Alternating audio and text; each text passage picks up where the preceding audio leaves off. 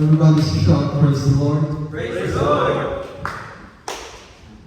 Let's open our Bible in the book of Genesis chapter 45, verses 1 to 8. Let's read. Then Joseph could not refrain himself before all them that stood by him. Then he cried, Cause every man to go out from me. And there stood no man with him. While Joseph made himself known unto his brethren, he wept aloud. And the Egyptian and the house of Pharaoh heard. And Joseph said unto his brethren, I am Joseph, though my father yet lived. And his brethren could not answer him, for they were troubled in his presence. And Joseph said unto his brethren, Come near to me, I pray you. And they came near, and he said, I am Joseph, your brother, who sold you into Egypt. Now therefore, be not grieved, nor anger with yourself. That means that he sold me hither, for God did send me before to preserve his life. Let's jump in verse 7. And God sent me before you to preserve you to prosperity in the earth, and to save yourselves lives and great deliverance. So, verse 8, so now it was not you that sent me hither, but God. And he made me the father to Pharaoh, and the Lord of all in his house, and ruler to all the land of the Egypt. So, let's go to Genesis chapter 50, verse 20. This is my title. But as for you, you thought evil against me, but God meant it unto good to bring to pass, as it was today to save much people alive. So, my title is God meant it unto good, or ginatuyo ini si Diyos sa kaayuhan. Amen. So, Joseph means, may the Lord add to me another son, or Syrian example na isang pagpatay na Joseph. So, we know that Joseph was a favorite son of Israel, or Jacob.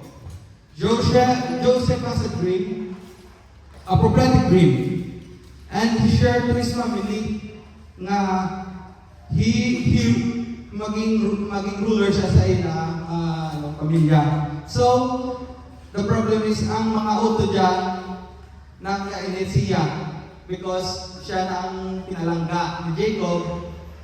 Wala na, buat may nag-share po dito sa mga dream, mga prophetic dream na at tanan ng mga pamilya maging mabow down siya.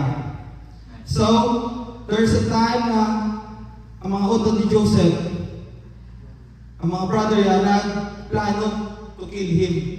But, God used isang katao na ipunggana. Kaya siling pa ni Judah, na ano maganata kung ipatsot ang atong utod. So, ginseto na lang nila nga, ibaligya na lang si Joseph to the Ishmaelites kag maging slavery. So, while Joseph naging sa slavery, si Joseph ibaligya sa mga Ishmaelite to Egypt. So, even Joseph naharan sa Egypt, naging slave siya, pero God bless Joseph. Even in his suffering, arang Ginoo ka-bless iya. Mabasa naman na Joseph spent years in pain with no justice and no recognition sa pag-slave sa iya. Pero ang namin sa story ni Joseph, but Joseph never stopped being faithful to God. As a people of God, if you remain faithful sa Ginoo, maging faithful man sa aton. Amen? The more we serve God, ginahimayan natin ang Ginoo, the more ang Ginoo gapaka-maayo sa aton. Amen? Even may ara kita disappointment, discouragement, pa rin with no na there is no justice, may suffering sa iya. With may mga no recognition, wala may kilala siya. Pero ang Ginoo ko siya, pareho na sa aton, ginatrain na gali si Joseph sa Ginoo to prepare for the future. Amen? Ginatrain, pareho sa aton, ginatrain na sa Ginoo to test our aton na hearts, ang aton na minds, ang aton na spirit. Na maging pagpunta to be a great servant of God. Amen?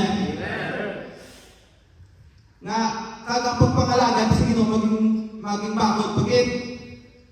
So we know that si Joseph isang nakalabo siya sa Egypt.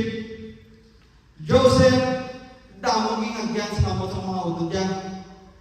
But through suffering sa ni Joseph, the Lord anadyak ni Joseph nagupod siya. That's why before Joseph na maging ruler sa bilog na Egypt, nag-become servant na siya ni Potiphar.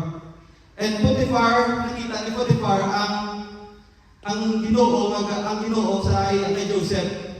Nga ang tanan nga ginaobra ni Joseph ginapangamayo through Jesus Christ. Through God. God. And because the faithfulness of Joseph, giblesa sa ni Potiphar, ginubaran sa tawag siya naging hataga sa posisyon sa balay ni Joseph ay ni Potiphar na maging overseer siya or siya ang magdumala. So, because si Joseph ang nagdumala sa balay ni Potiphar, ang balay ni Potiphar ang mga field dyan, i-bless ang Ginoo. Ay i-bless gamit kay Joseph. So as a people of God, kung gusto naman gamiton sa Ginoo, kung gusto na gamiton sa Ginoo for His kingdom, dapat maging prepared man kita. We should be rooted sa pulong sa Ginoo. Because God sees our heart.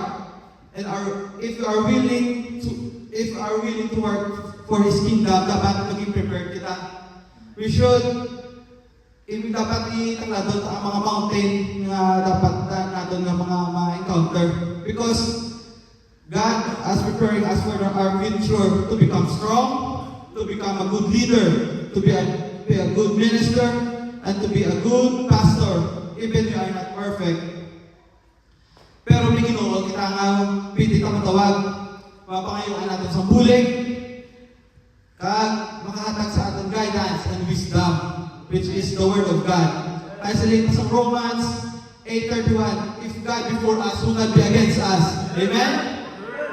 Kag silip sa Isaiah na lang when the enemy comes like a flood, the Spirit of the Lord lift up His standard. Amen? So, sang time na si Joseph na naging priso na tungod ging akusan sa asawa ni Potiphar. But ang Ginoo wala niya po nagbaya kay Joseph. Why ito naguntat ang abuhin ni Joseph na pagkatapos ako sa nag-stop na. But no. But hingamit pagkat sa Ginoo si Joseph to interpret the dream.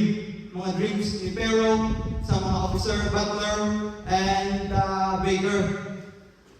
So, nagambal pa. Sa interpret na ni Joseph ang mga dreams nila kay Pharaoh, ang pinaka-important because si Pharaoh nagtatag siya sa second command. Sang time nag-interpret ni Joseph ang damgo ni Pharaoh, nagkabalang si Pharaoh, may nakikita pa pala kita sang sini nga subok. Kita sang tao nga subok sini. Nga ang sa sini nga lalaki nga arang Espiritu sa Diyos. That's why, because of that na interpret yung other 7 years na mayo nga duta and 7 years na may famine. So, sometime naging balance si Joseph ni Pharaoh na he will become a second command ni Pharaoh. So, ang pagpakamayo sa Ginoo gauswag because God has a purpose to Joseph nga isang baro niya ang bilog na kalimutan. So, when the time na si Joseph naging ruler sa bilog Egypt. May aral na circumstance kung test yaman ang mga brother yang kung nagbago sa ang nagbago nila nagpusoon. So, until na nakita ni Joseph na nagbago ang nagpusoon nila, their change as na naging reveal ni Joseph ang iya kaugalingon na sa verse 4, Genesis verse 45 na nagabasa